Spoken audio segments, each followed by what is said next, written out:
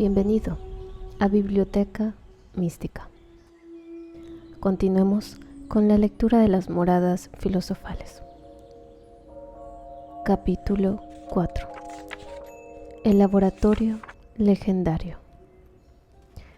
Con su cortejo de misterio y de desconocido, bajo su velo de iluminismo y de maravilloso, la alquimia evoca todo un pasado de historias lejanas, de narraciones miríficas y de testimonios sorprendentes.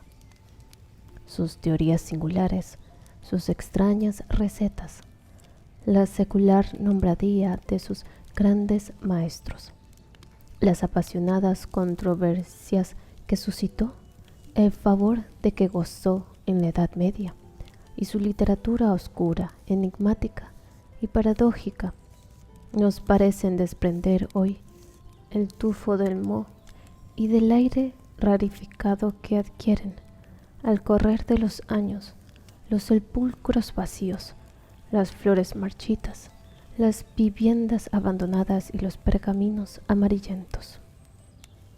El alquimista, un anciano meditabundo, de frente grave y coronada de cabellos blancos, de silueta pálida y achacosa, personaje original de una humanidad desaparecida y de un mundo olvidado, un recluso testarudo, encorvado por el estudio, las vigilias, la investigación perseverante y el desciframiento obstinado de los enigmas de la alta ciencia.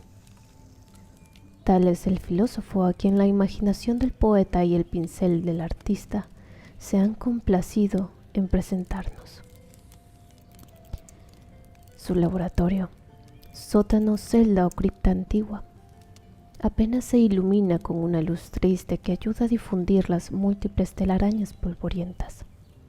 Sin embargo, ahí en medio del silencio se consuma el prodigio poco a poco. La infatigable naturaleza, mejor que en sus abismos rocosos, se afana bajo la prudente vigilancia del hombre, con el socorro de los astros y por la gracia de Dios. Labor oculta, tarea ingrata y ciclopia, de una amplitud de pesadilla. En el centro de este in-pace, un sabio para quien ninguna otra cosa existe ya, vigila atento y paciente las fases sucesivas de la gran obra. A medida que nuestros ojos se habitúan, mil cosas salen de la penumbra, nacen y se precisan. ¿Dónde estamos, Señor? Tal vez en el antro de Polifemo, o acaso en la caverna de Vulcano. Cerca de nosotros hay una fragua apagada, cubierta de polvo y de viruta de forja, y la vigornia, el martillo, las pinzas, las tijeras y las tenazas, moldes oxidados, y los útiles rudos y poderosos del metalúrgico han ido a caer allá. En un rincón, gruesos libros pesadamente herrados, como antifonarios, con cintas selladas con plomos vetustos, manuscritos cenizosos y grimorios amontonados mezclados unos con otros, volúmenes cubiertos de notas y de fórmulas, maculados desde el incipit al explicit, redomas ventrudas como buenos monjes y repletas de emulsiones opalescentes, de líquidos glaucos, herrumbrosos o encarnadinos exhalan esos relentes ácidos cuya aspereza anuda la garganta y pica en la nariz. En la campana del horno se alinean curiosas vasijas o blancas, de cuello corto, selladas y encapuchadas, con cera. Matraces de esferas irisadas por los depósitos metálicos estiran sus cuellos, unas veces delgados y cilíndricos, y otras abocinados o hinchados. Las cucurbitas verdosas y las retortas de cerámica aparecen junto a los crisoles de tierra roja y llameada. Al fondo, colocados en sus montones de paja a lo largo de una cornisa de piedra, unos huevos filosóficos y linos y elegantes contrastan con la maciza y abultada calabaza. Praegnans cucurbita. Condenación. He aquí ahora piezas anatómicas, fragmentos esqueléticos, cráneos ennegrecidos, desdentados y repugnantes en su rictus de ultratumba, fetos humanos suspendidos, desecados y encogidos, miserables desechos que ofrecen a la mirada su cuerpo minúsculo, su cabeza apergaminada, desdeñable y lastimosa. Esos ojos redondos, vidriosos y dorados son los de una lechuza de plumaje marchito, que tiene por vecino a un cocodrilo, salamandra gigante, otro símbolo importante de la práctica. El espantoso reptil emerge de un rincón oscuro. Tiende la cadena de sus vértebras sobre sus patas rechonchas y dirige hacia las arcadas la cima ósea de sus temibles maxilares. Esparcidos sin orden, al azar de las necesidades en la placa del horno, se ven botes vitrificados saludeles o sublimatorios, pelícanos de paredes espesas, infiernos semejantes a grandes huevos de los que se viera una de las chalazas, recipientes oliváceos hundidos de lleno en la arena, contra el atanor de humariadas ligeras que ascienden hacia la bóveda ojival. Aquí está el alambique de cobre, Homo Calliautus, maculado de babas verdes. Allá, los descensores y los dos hermanos o gemelos de la covación, recipientes con serpientes, pesados morteros de fundición o de mármol, un ancho fuelle de flancos de cuero raído, junto a un montón de garruchas de tejas de velas de evaporatorios. Amasijo caótico, de instrumentos arcaicos, de materiales extraños y de utensilios caducos. Almoneda de todas las ciencias, batiburrillo de faunas impresionantes. Y planeando sobre ese desorden fijo en la clave de bóveda, como pendiente con las alas desplegadas, el gran cuervo jeroglífico de la muerte material y de sus descomposiciones, emblema misterioso de misteriosas operaciones. Curiosa también la muralla, o al menos lo que de ella queda. Inscripciones de sentido místico llenan los vacíos. Hic lapis est subtus te, supra te, erga te et circa te. Versos mnemónicos se hacen un lío, grabados al capricho del estilete en la piedra blanda. Predomina uno de ellos, trazado en cursiva gótica. Asot et ignis divis sufficiuntur. Caracteres hebraicos, círculos cortados por triángulos entremezclados con cuadriláteros a la manera de las signaturas gnósticas. Aquí, un pensamiento fundado sobre el dogma de la unidad resume toda una filosofía. Omnia ab uno et in unum omnia. Aparte, la imagen de la hoz, emblema del 13º arcano y de la casa natural. La estrella de Salomón, el símbolo del cangrejo, obsecración del mal espíritu. Algunos pasajes de Zoroastro, testimonios de la alta antigüedad de las ciencias malditas. Finalmente situado en el campo luminoso del tragaluz, y más legible en ese dédalo de imprecisiones, el ternario hermético, sal, sulfuro, mercurius. Tal es el cuadro legendario del alquimista y de su laboratorio. Visión fantástica desprovista de veracidad, salida de la imaginación popular y reproducida en los viejos almanaques, tesoros del cotilleo, sopladores, magistas, brujos, astrólogos, nigromantes, anatema y maldición.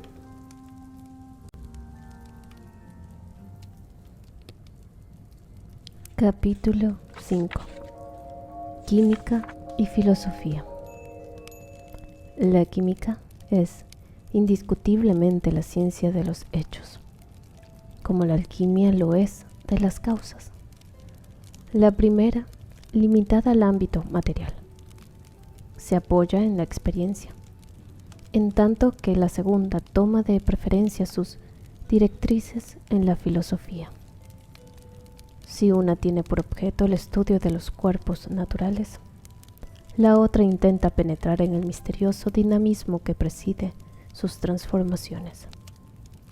Es esto lo que determina su diferencia esencial y nos permite decir que la alquimia, comparada a nuestra ciencia positiva, la única admitida y enseñada hoy, es una química espiritualista, porque nos permite entrever a Dios a través de las tinieblas de la sustancia. Por añadidura, no nos parece suficiente saber reconocer y clasificar los hechos con exactitud. Es preciso aún interrogar a la naturaleza para aprender de ella en qué condiciones y bajo el imperio de qué voluntad se operan sus múltiples producciones. El espíritu filosófico no sería capaz en efecto de contentarse con una simple posibilidad de identificación de los cuerpos, sino que reclama el conocimiento del secreto de su elaboración. Entreabrir la puerta del laboratorio donde la naturaleza mezcla los elementos está bien, pero descubrir la fuerza oculta bajo cuya influencia se efectúa su labor, mejor. Nos hallamos lejos, evidentemente, de conocer todos los cuerpos naturales y sus combinaciones, ya que cada día descubrimos otros nuevos.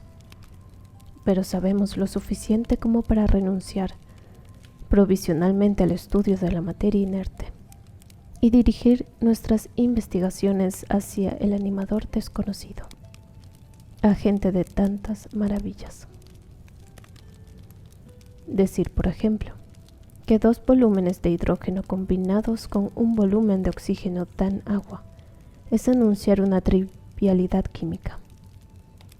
Y sin embargo, ¿quién nos enseñará por qué el resultado de esa combinación presenta, con un estado especial, caracteres que no poseen en absoluto los gases que la han producido? ¿Cuál es, pues, el agente que impone al compuesto su especificidad nueva y obliga al agua, solidificada por el frío, a cristalizar siempre en el mismo sistema? Por una parte, si el hecho es innegable y está rigurosamente controlado, ¿de dónde procede el que nos resulte imposible reproducirla, por simple lectura de la fórmula encargada de explicar su mecanismo? Pues falta, en la notación H2O, el agente esencial capaz de provocar la unión íntima de los elementos gaseosos, es decir, el fuego. Pero desafiamos al más hábil químico a que fabrique agua sintética mezclando el oxígeno con el hidrógeno en los volúmenes indicados. Ambos gases rehusarán siempre combinarse. Para tener éxito en la experiencia, es indispensable hacer intervenir el fuego, ya sea en forma de chispa o en la de un cuerpo de ignición, o susceptible de ser puesto en incandescencia, esponja de platino. Se reconoce así, sin que se pueda oponer a nuestra tesis el menor argumento serio, que la fórmula química del agua es, si no falsa, al menos incompleta y truncada, y el agente intermediario, fuego, sin el cual ninguna combinación puede efectuarse, al estar excluido de la notación química, hace que la ciencia entera se manifieste como lagunar e incapaz de suministrar mediante sus fórmulas una explicación lógica y verdadera de los fenómenos estudiados. La química física, escribe A. Etard, arrastra la mayoría de los espíritus investigadores. Ella es la que toca más de cerca las verdades profundas y será ella la que nos revele lentamente las leyes capaces de cambiar todos nuestros sistemas y nuestras fórmulas. Pero por su importancia misma, este tipo de química es el más abstracto y el más misterioso de cuantos existen. Las mejores inteligencias no pueden, durante los cortos instantes de un pensamiento creador, llegar a la atención sostenida y a la comparación de todos los grandes hechos conocidos. Ante semejante imposibilidad, se recurre a las representaciones matemáticas. Estas representaciones son las más de las veces perfectas en sus métodos y en sus resultados, pero en la aplicación a lo que es profundamente desconocido. No puede lograrse que las matemáticas descubran verdades cuyos elementos no les ha confiado. El hombre mejor dotado plantea mal el problema que no comprende. Si estos problemas pudieran ser reducidos correctamente a una ecuación, se tendría la esperanza de resolverlos. Pero en el estado de ignorancia en que nos encontramos, nos veremos fatalmente limitados a introducir numerosas constantes, a descuidar los términos y a aplicar hipótesis. La reducción a ecuación no es, tal vez, correcta del todo, pero nos consolamos porque conduce a una solución, por más que constituya una detención temporal del progreso de la ciencia. El que tales soluciones se impongan durante años a personalidades de valía como una demostración científica. Muchos trabajos se realizan en este sentido, los cuales ocupan tiempo y conducen a teorías contradictorias, destinadas al olvido. Imagen número 5. Reims, Museo Lapidario. Tímpano de una casa del siglo XII. Esas famosas teorías, que por tanto tiempo fueron invocadas y opuestas a las concepciones herméticas, ven hoy en día su solidez fuertemente comprometida. Sabios sinceros, pertenecientes a la escuela creadora de esas mismas hipótesis, consideradas como certidumbres, no les conceden sino un valor muy relativo. Su campo de acción se reduce paralelamente a la disminución de su poder de investigación.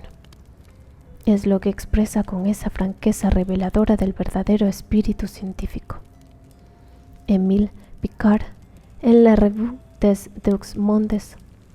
En cuanto a las teorías, escribe, ya no se proponen dar una explicación causal de la realidad misma, sino solo traducir esta a imágenes o símbolos matemáticos. Se pide a esos instrumentos de trabajo, que son las teorías que coordinen, al menos por un tiempo, los fenómenos conocidos y que prevean otros nuevos. Cuando su fecundidad queda agotada, se esfuerzan en hacerle experimentar las transformaciones que ha hecho necesarias el descubrimiento de hechos nuevos. Así pues, contrariamente a la filosofía, que rebasa los hechos y asegura la orientación de las ideas y su conexión práctica, la teoría concebida a posteriori y modificada según los resultados de la experiencia, a medida que se efectúan nuevas adquisiciones, refleja siempre la incertidumbre de las cosas provisionales y da a la ciencia moderna el carácter de un perpetuo empirismo. Gran cantidad de hechos químicos seriamente observados resisten a la lógica y desafían todo razonamiento. El ioduro cúprico, por ejemplo, dice J. Duclaus, se descompone espontáneamente en yodo e iodouro cuproso. Puesto que el yodo es un oxidante y las sales cuprosas son reductoras, esta descomposición es inexplicable. La formación de compuestos en extremo inestables, tales como el cloruro de nitrógeno, es asimismo inexplicable. Tampoco se comprende por qué el oro, que resiste a los ácidos y a los álcalis, incluso concentrados y calientes, se disuelve en una solución extendida y fría de cianuro de potasio. ¿Por qué el hidrógeno sulfurado es más volátil que el agua? ¿Por qué el cloruro de azufre, compuesto de 2 elementos cada uno de los cuales se combina con el potasio con incandescencia, no actúa sobre ese metal? Acabamos de hablar del fuego. Todavía no lo consideramos más que en su forma vulgar y no en su esencia espiritual, la cual se introduce en los cuerpos en el momento de su aparición en el plano físico. Lo que deseamos demostrar sin salirnos del ámbito alquímico es el error grave que domina toda la ciencia actual y le impide reconocer ese principio universal que anima la sustancia. Pertenezca al reino que pertenezca. Sin embargo, se manifiesta en torno nuestro, ante nuestros ojos, ya sea por las propiedades nuevas que la materia herede de él, ya por los fenómenos que acompañen su desprendimiento. La luz, fuego ratificado y espiritualizado, posee las mismas virtudes y el mismo poder químico que el fuego elemental y grosero. Una experiencia dirigida hacia la realización sintética del ácido clorhídrico. A partir de sus compuestos lo demuestra de modo suficiente. Si se encierra en un frasco de vidrio volúmenes iguales de gas cloro y de hidrógeno, ambos gases conservarán su individualidad propia en tanto que la redoma que los contenga se mantenga en la oscuridad. Ya a la luz difusa su combinación se efectúa poco a poco, pero si se expone el recipiente a los rayos solares directos, estalla con violencia. Se nos objetará que el fuego, considerado como simple catalizador, no forma en absoluto parte integrante de la sustancia y que, en consecuencia, no se lo puede señalar en la expresión de las fórmulas químicas. El argumento es más falaz que verdadero, pues la misma experiencia lo invalida. He aquí un terrón de azúcar, cuya ecuación no incluye ningún equivalente del fuego.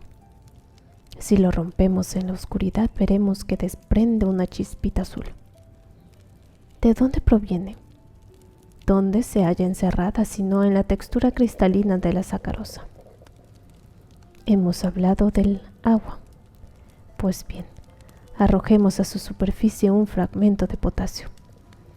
Se inflama espontáneamente y arde con energía.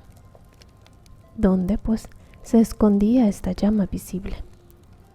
Ya sea en el agua, en el aire o en el metal, ello importa poco.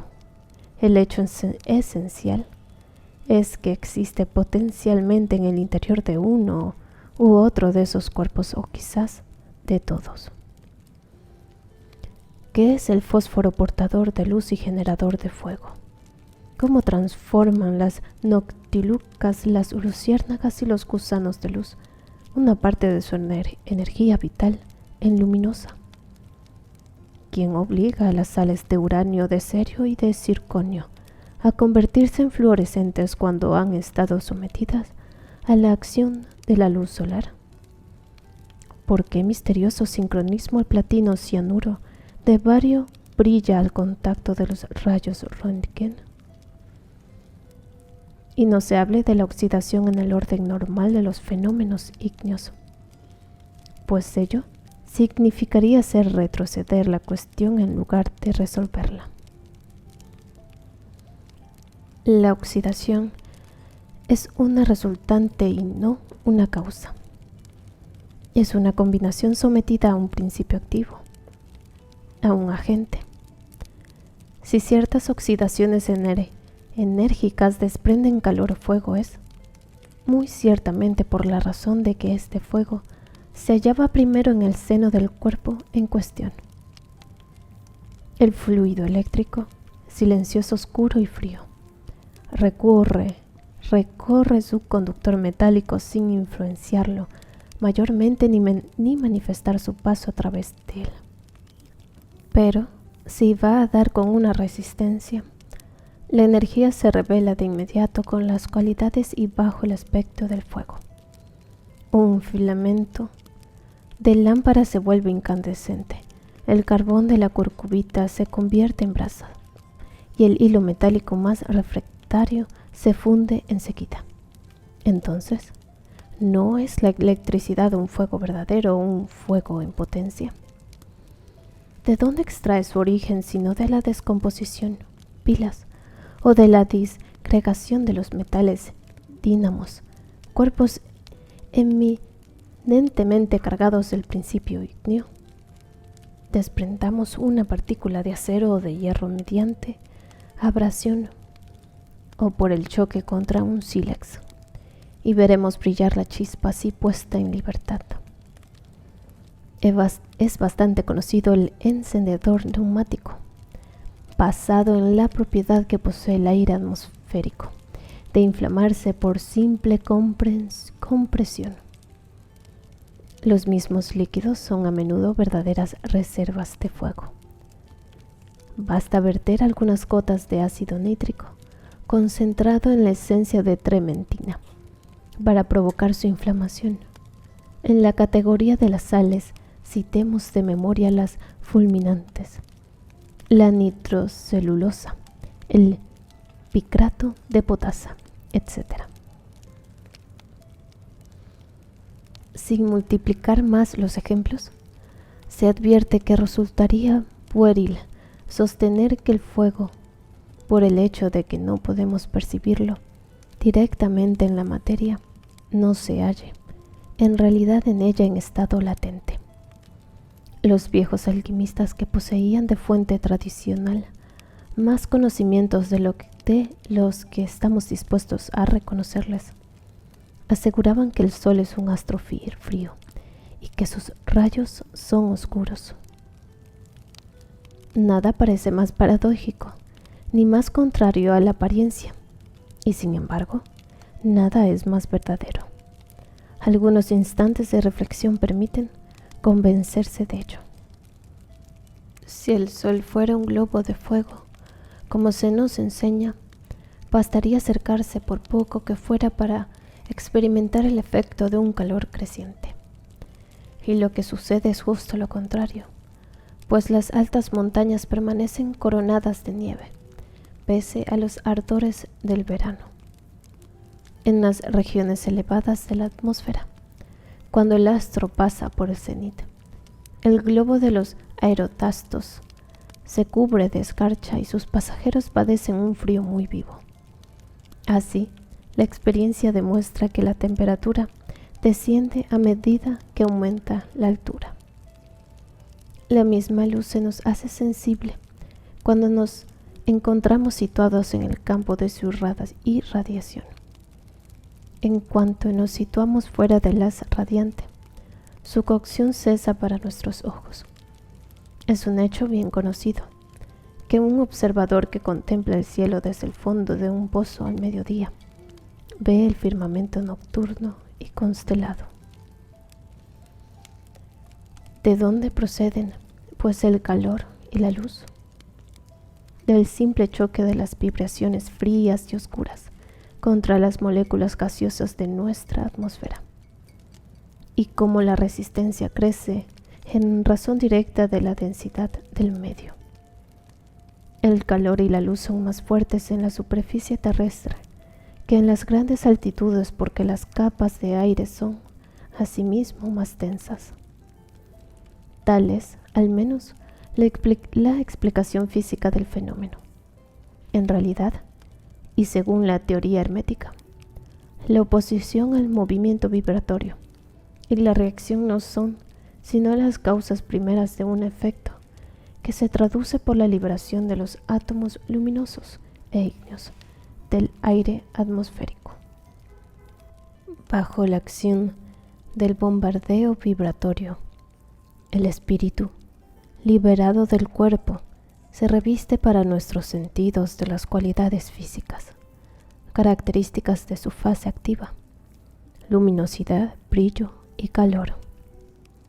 Así, el único reproche que se puede dirigir a la ciencia química es el de no tener en cuenta al agente ígneo, principio espiritual y base de la energética, bajo cuya influencia se operan todas las transformaciones materiales. La exclusión sistemática de este espíritu, voluntad superior y dinamismo escondido de las cosas es lo que priva a la química moderna del carácter filosófico que posee la antigua alquimia. Usted cree, escribió Henry Hellier a L. Olivier, en la fecundidad indefinida de la experiencia. Sin duda, pero siempre la experimentación se ha dejado llevar por una idea preconcebida, por una filosofía, idea a menudo casi absurda en apariencia, filosofía en ocasiones extrañas y desconcertante en sus signos. Si yo contara cómo he hecho mis descubrimientos, decía Faraday, me tomaríais por un imbécil. Todos los grandes químicos han tenido así ideas en la cabeza, que se han guardado muy mucho de darlas a conocer. De sus trabajos hemos extraído nuestros métodos y teorías actuales, los cuales constituyen el más precioso resultado de aquellos, pero no fueron su origen. El alambique, con sus aires graves y reposados, dice un filósofo anónimo, ha conseguido en química una gran clientela. Tratad de fiaros de él. Es un depositario infiel y un usurero. Le confiáis un objeto por completo sano, dotado de propiedades naturales indiscutibles, con una forma que constituye su existencia y os lo vuelve informe, en polvo o en gas, y tiene la pretensión de devolvéroslo todo cuando se lo ha quedado todo, menos el peso, que no es nada puesto que procede de una causa independiente del cuerpo mismo. Y el sindicato de los sabios sanciona esta horrible usura. Le dais vino y os devuelve tanino, alcohol y agua a peso igual. ¿Qué falta? El gusto, es decir, la única cosa que hace que sea vino, y así con todo. Puesto que habéis obtenido 3 cosas del vino, señores químicos, decís que el vino está compuesto de esas 3 cosas. Recomponedlo, pues, o yo os diré que son 3 cosas las que se obtienen del vino. Podéis deshacer lo que habéis hecho, pero jamás reharéis lo que habéis deshecho en la naturaleza. Los cuerpos solo se os resisten en la proporción en que están combinados con más fuerza. Y llamáis cuerpos simples a todos aquellos que se os resisten. Vanidad. Me gusta el microscopio porque se contenta con mostrarnos las cosas tal como son, extendiendo simplemente nuestra percepción. Así son los sabios, pues los que le prestan opiniones. Pero cuando sumergidos en los últimos detalles, esos señores colocan bajo el microscopio el grano más pequeño o la gotita más insignificante. El instrumento guasón parece decirles, al tiempo que les muestra animales vivos: analizadme estos. ¿Qué es, pues, lo que lo analiza? Vanidad, vanidad. Finalmente, cuando un sabio doctor hunde el bisturí en un cadáver para buscar en él las causas de la enfermedad que ha hecho una víctima, con su ayuda no encuentra más que resultados. Pues la causa de la muerte está en la de la vida, y la verdadera medicina la que practicó naturalmente Cristo, y que renace científicamente con la homeopatía. La medicina de los semejantes se estudia en el individuo vivo. Pero cuando se trata de la vida como nada, hay que se parezca menos a un vivo que un muerto. La anatomía es la más triste de las vanidades. Así pues, son todos los instrumentos causa de error. Lejos de ello, pero indican la verdad en un límite tan restringido que su verdad no es más que una vanidad, con lo que resulta imposible atribuirles una verdad absoluta. Es lo que yo llamo la imposibilidad de lo real, y en ello me baso para afirmar la posibilidad de lo maravilloso. Positiva en sus hechos, la química se mantiene negativa en su espíritu. Y es precisamente eso lo que la diferencia de la ciencia hermética, cuyo ámbito comprende sobre todo el estudio de las causas eficientes, de sus influencias, de las modalidades que afectan según los medios y las condiciones. Este estudio, exclusivamente filosófico, permite al hombre penetrar el misterio de los hechos, comprender su extensión e identificar, en fin, a la inteligencia suprema, alma del universo, luz, Dios. Así la alquimia, remontándose de lo concreto al abstracto, del positivismo material al espiritualismo puro, ensancha el campo de los conocimientos humanos, de las posibilidades de acción, y realiza la unión de Dios y de la naturaleza, de la creación y del Creador, de la ciencia y de la religión. No se vea en esta discusión ninguna crítica injusta o tendenciosa dirigida contra los químicos. Respetamos a todas las personas laboriosas a cualquier condición que pertenezcan, y profesamos personalmente la más profunda admiración por los grandes sabios, cuyos descubrimientos han enriquecido de manera tan magnífica la ciencia actual. Pero lo que los hombres de buena fe lamentarán con nosotros no son tanto las divergencias de opinión libremente expresadas, como las enfadosas intenciones de un sectarismo estrecho que siembra la discordia entre los partidarios de una y otra doctrina.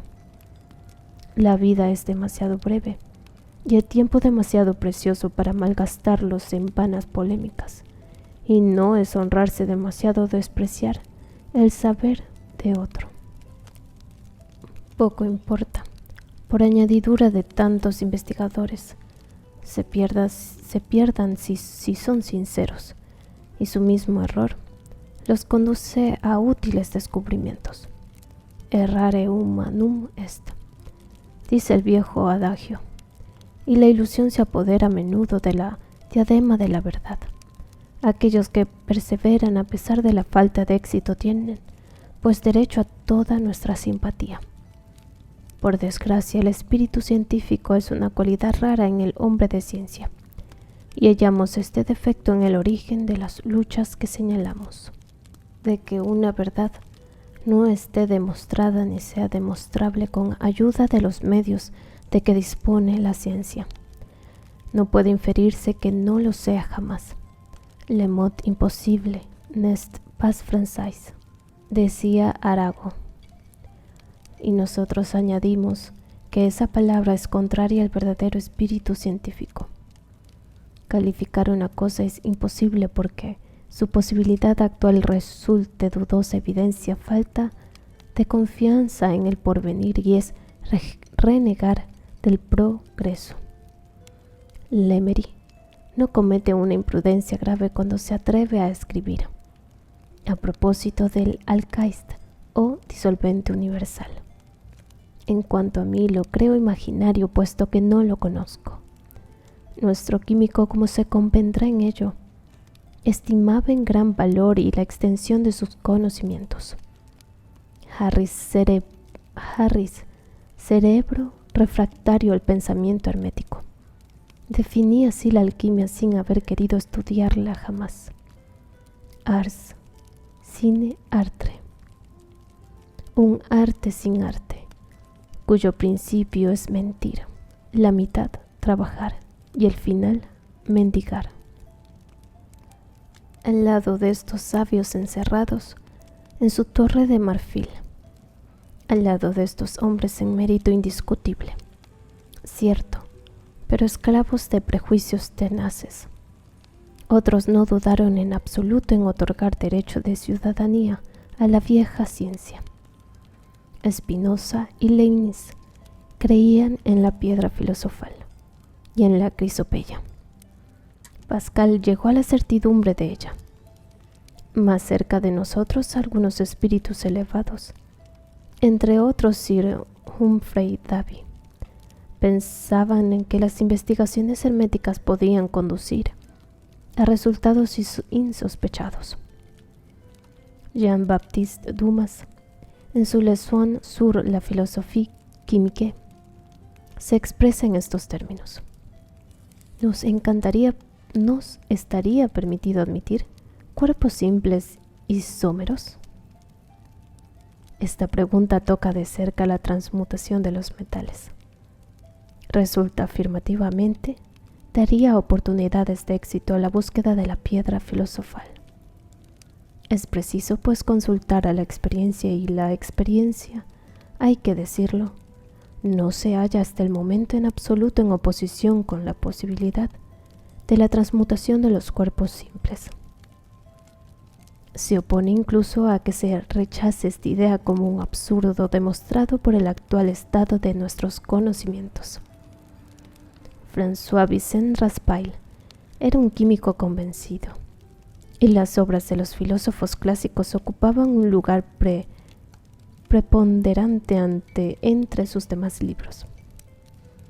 Ernest Bosch cuenta que Auguste Cahors, miembro de la Academia Francesa de las Ciencias, le había revelado que su venerado maestro Chevreul profesaba la mayor estima por nuestros viejos alquimistas, y también su rica biblioteca encerraba casi todas las obras importantes de los filósofos herméticos. Parecía incluso que el decano de los estudiantes de Francia, como Chevreul, se titulaba a sí mismo. Había aprendido mucho de estos viejos mamotretos y que les debía una parte de sus hermosos descubrimientos. El ilustre Chevreul, en efecto, sabía leer entre líneas muchos datos que habían pasado inadvertidos antes de él. Uno de los maestros más célebres de la ciencia química, Marcelin Berthelot, no se contentó ni mucho menos con adoptar la opinión de la escuela. Contrariamente a la mayoría de sus colegas que hablan audazmente de la alquimia sin conocerla, consagró más de 20 años al paciente estudio de los textos originales, griegos y árabes, y de ese largo comercio con los maestros antiguos, nació en él aquella convicción de que los principios herméticos en su conjunto son tan sostenibles como las mejores teorías modernas. De no ser por la promesa que les hicimos, podríamos añadir a esos sabios los nombres de ciertas eminencias científicas, por entero conquistadas por el arte de Hermes, pero cuya situación misma les obliga a practicarlo tan solo en secreto. En nuestros días, y aunque la unidad de la sustancia base de la doctrina enseñada desde la antigüedad por todos los alquimistas sea admitida oficialmente consagrada, no parece, sin embargo, que la idea de la transmutación haya seguido el mismo progreso. El hecho resulta tanto más sorprendente cuando que no cabría admitir la una sin considerar la posibilidad de la otra. Por otra parte, en vista de la gran antigüedad de la tesis hermética, podría pensarse con cierta razón que en el curso de los siglos ha podido hallarse confirmada por la experiencia. Es verdad que los sabios hacen, por lo general, poco caso de los argumentos de este orden, y que los testimonios más dignos de fe y mejor fundamentados les parecen sospechosos, ya sea porque los ignoran o porque prefieren desinteresarse de ellos, a fin de que no se nos acuse lo más mínimo de atribuirles alguna intención malévola al desnaturalizar su pensamiento, y para permitir al lector que juzgue con toda libertad, someteremos a su apreciación las opiniones de sabios y filósofos modernos sobre el tema que nos ocupa. Jean Finot, habiendo hecho un llamamiento a los hombres competentes, les propuso la pregunta siguiente: en el estado actual de la ciencia, ¿la transmutación metálica es posible o realizable? ¿Puede ser considerada incluso como realizada según nuestros conocimientos? He aquí la respuesta que recibió. Dr. Max Nordau, permítame que me abstenga de toda discusión acerca de la transmutación de la materia. Adopto el dogma, es uno de ellos, de la unidad de aquella. La hipótesis de la evolución de los elementos químicos de peso atómico, más ligero a más pesado, e incluso la teoría, imprudentemente llamada ley, de la periodicidad de Mendeleev. No niego la posibilidad teórica de rehacer artificialmente con métodos de laboratorio una parte de esa evolución, producida naturalmente en miles de millones o billones de años por las fuerzas cósmicas, y transformar en oro metales más ligeros. Pero no creo que nuestro siglo sea testigo de la realización del sueño de los alquimistas. Henry Poincaré, la ciencia no puede y no debe decir jamás. Tal vez un día se descubra el principio de fabricar oro, pero por el momento el problema no parece resuelto. Madame M. Curie, si es verdad que han sido observadas transformaciones atómicas espontáneas con los cuerpos radiactivos, producción de helio por esos cuerpos que usted señala, lo cual es perfectamente exacto, se puede, por otra parte, asegurar que ninguna transformación de cuerpos simple ha sido aún obtenida por el esfuerzo de los hombres y gracias a dispositivos imaginados por ellos. Es pues del todo inútil, hoy, considerar las consecuencias posibles de la fabricación del oro. Gustave Le Bon, es posible que se transforme acero en oro, como se transforma, según dice, el uranio en radio y en helio. Pero esas transformaciones no afectan más que a mil millonésimas de miligramos. Y entonces sería mucho más económico obtener oro del mar, que contiene toneladas de él. 10 años después, una revista de divulgación científica realizó la misma encuesta y publicó las opiniones siguientes. Charles Richet, profesor de la Facultad de Medicina de París, miembro del Instituto de Francia y Premio Nobel. Confieso que carezco de opinión acerca de este asunto. Urbain, Jules Perrin. De no producirse una revolución en el arte de explotar las fuerzas naturales, el oro sintético, si no es una quimera, no valdrá la pena de ser explotado industrialmente. Charles Murrow. La fabricación del oro no es una hipótesis absurda. Es casi la única afirmación que puede emitir un verdadero sabio. Un sabio no afirma nada a priori. La transmutación es un hecho que comprobamos todos los días. A este pensamiento tan audazmente expresado, elaborado por un cerebro intrépido, dotado del más noble espíritu científico y de un sentido profundo de la verdad. Opondremos otro de calidad muy distinta. Se trata de la apreciación de Henri Le Chatelier, miembro del Instituto de Francia, profesor de química de la Facultad de Ciencias de París.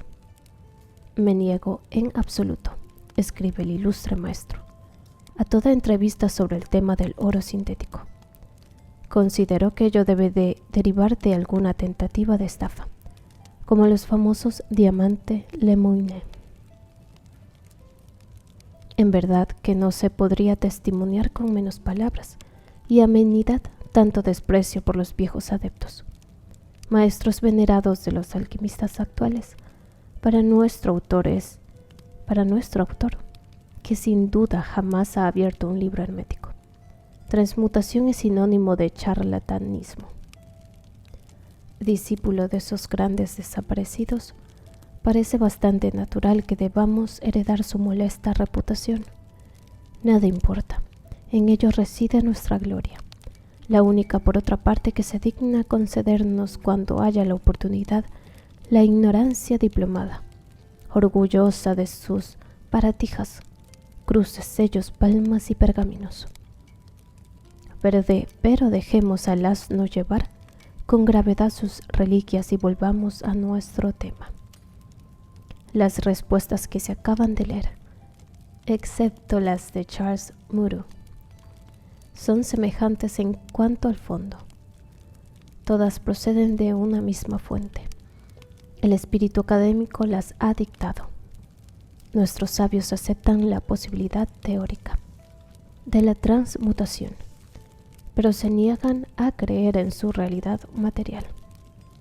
Niegan, después de haber afirmado lo que constituye un medio cómodo de quedar a la expectativa y de no comprometerse, ni salirse del ámbito de las relatividades. ¿Podemos hablar de transformaciones atómicas que afectan a algunas moléculas de sustancia?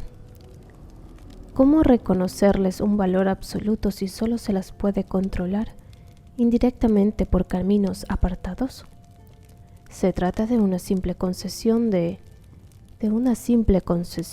los modernos hacen a los antiguos. Pero nosotros nunca hemos oído decir que la ciencia hermética haya pedido limosna. La conocemos bastante rica de observaciones, bastante provista de hechos positivos, como para no verse reducida a la mendicidad. Por otra parte, la idea teórica que nuestros químicos sostienen hoy pertenece sin discusión a los alquimistas. Se trata de su bien propio, y nadie sería capaz de rehusarles el beneficio de una anterioridad reconocida de 15 siglos.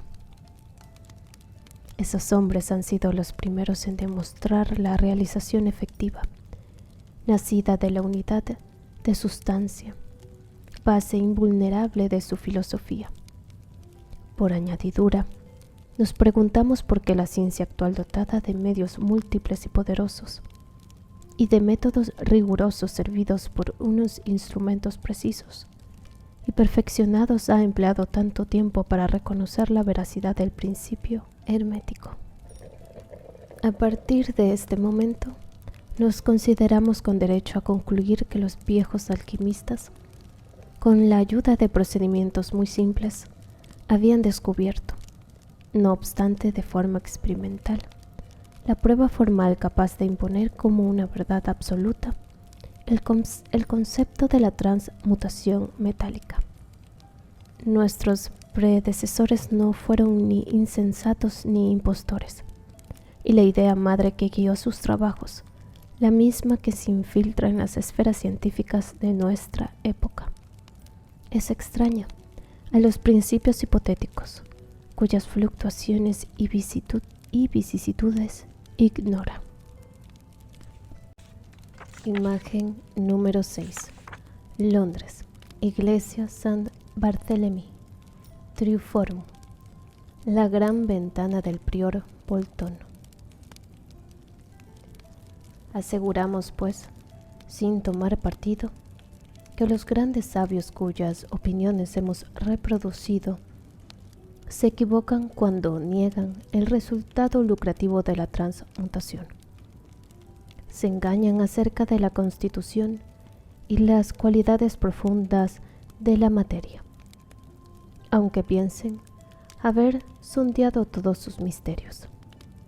Más hay la complejidad de sus teorías, el amasijo de palabras creadas para explicar lo inexplicable y, sobre todo, la influencia perniciosa de una educación materialista. Los empujan a investigar muy lejos de aquello que está a su alcance. Matemáticos en su mayoría pierden en simplicidad y en buen sentido lo que ganan en lógica humana y en rigor numeral. Sueñan con aprisionar la naturaleza en una forma y con reducir la vida a una ecuación. Así, por desviaciones sucesivas llegan inconscientemente a alejarse tanto de la verdad simple, que justifican la dura palabra del Evangelio. Tienen ojos para no ver y sentido para no comprender.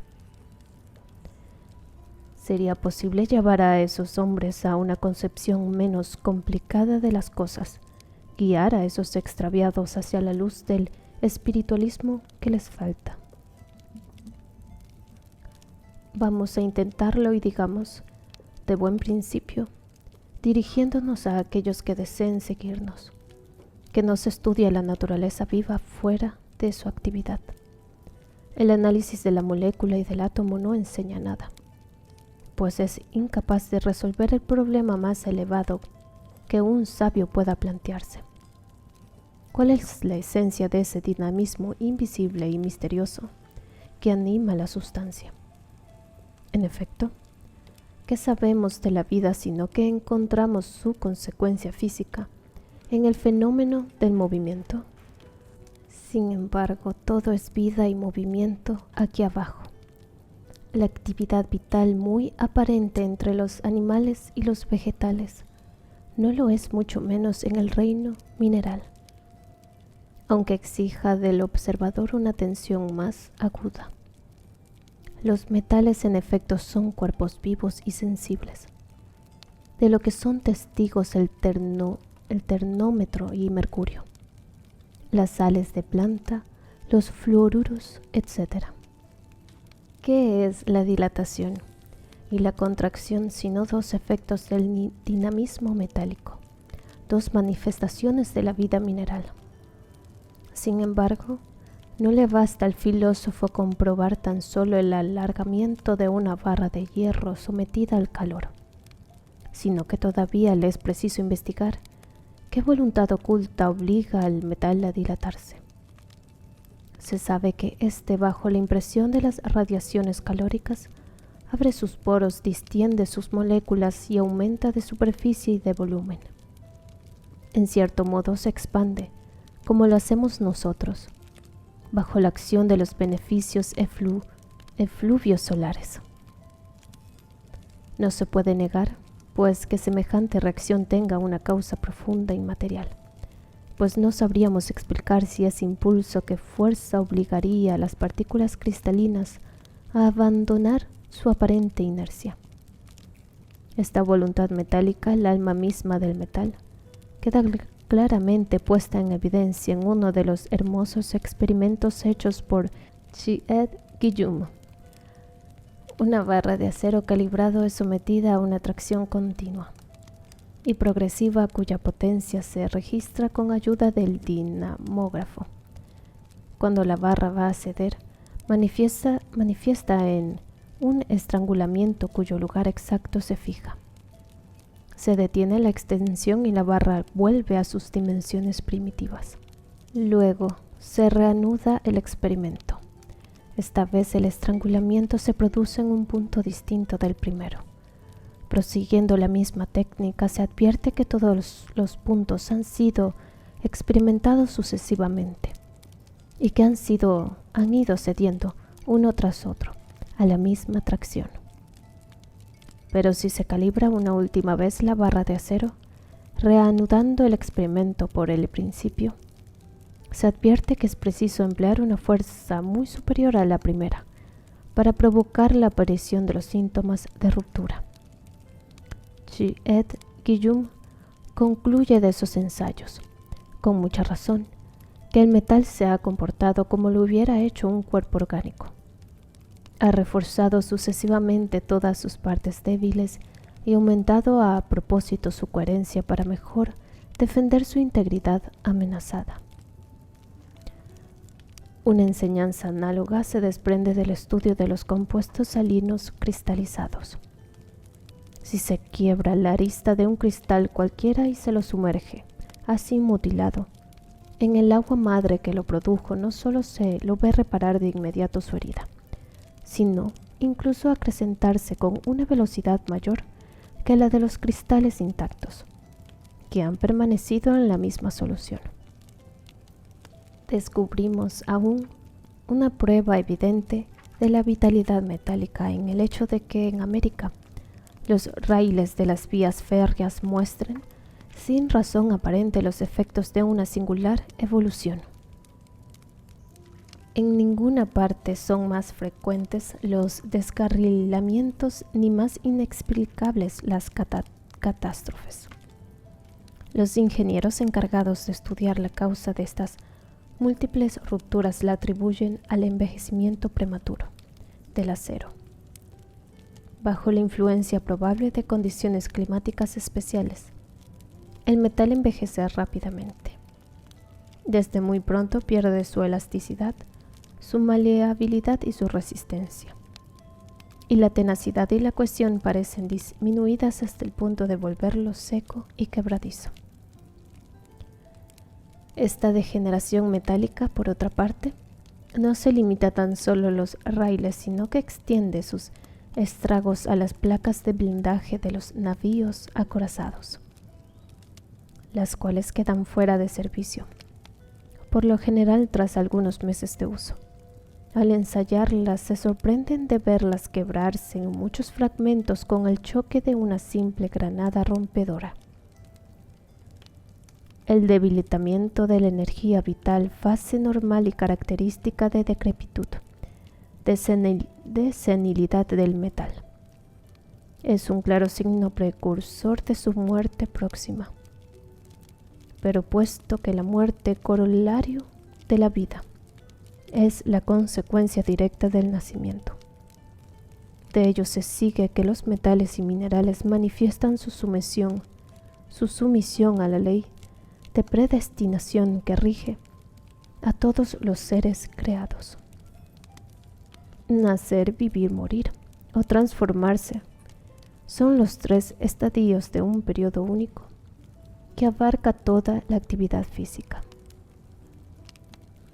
Y como esta actividad tiene por función esencial renovarse, continuar reproduciéndose por generación, llegamos a la conclusión de que los metales llevan en sí, al igual que los animales y los vegetales, la facultad de multiplicar su especie. Tal es la verdad analógica que la alquimia se esforzó en practicar, y tal es asimismo la idea hermética que nos ha parecido necesario poner primero de relieve. Así la filosofía enseña y la experiencia demuestra que los metales, gracias a su propia simiente, pueden ser reproducidos y desarrollados en cantidad. Eso es, por otra parte, lo que la palabra de Dios nos revela en el Génesis, cuando el Creador transmite una parcela de su actividad a las criaturas salidas de su misma sustancia, pues el mandato divino, creced y multiplicaos, no se aplica solo al hombre, sino que está dirigido al conjunto de los seres vivos extendidos por la naturaleza entera.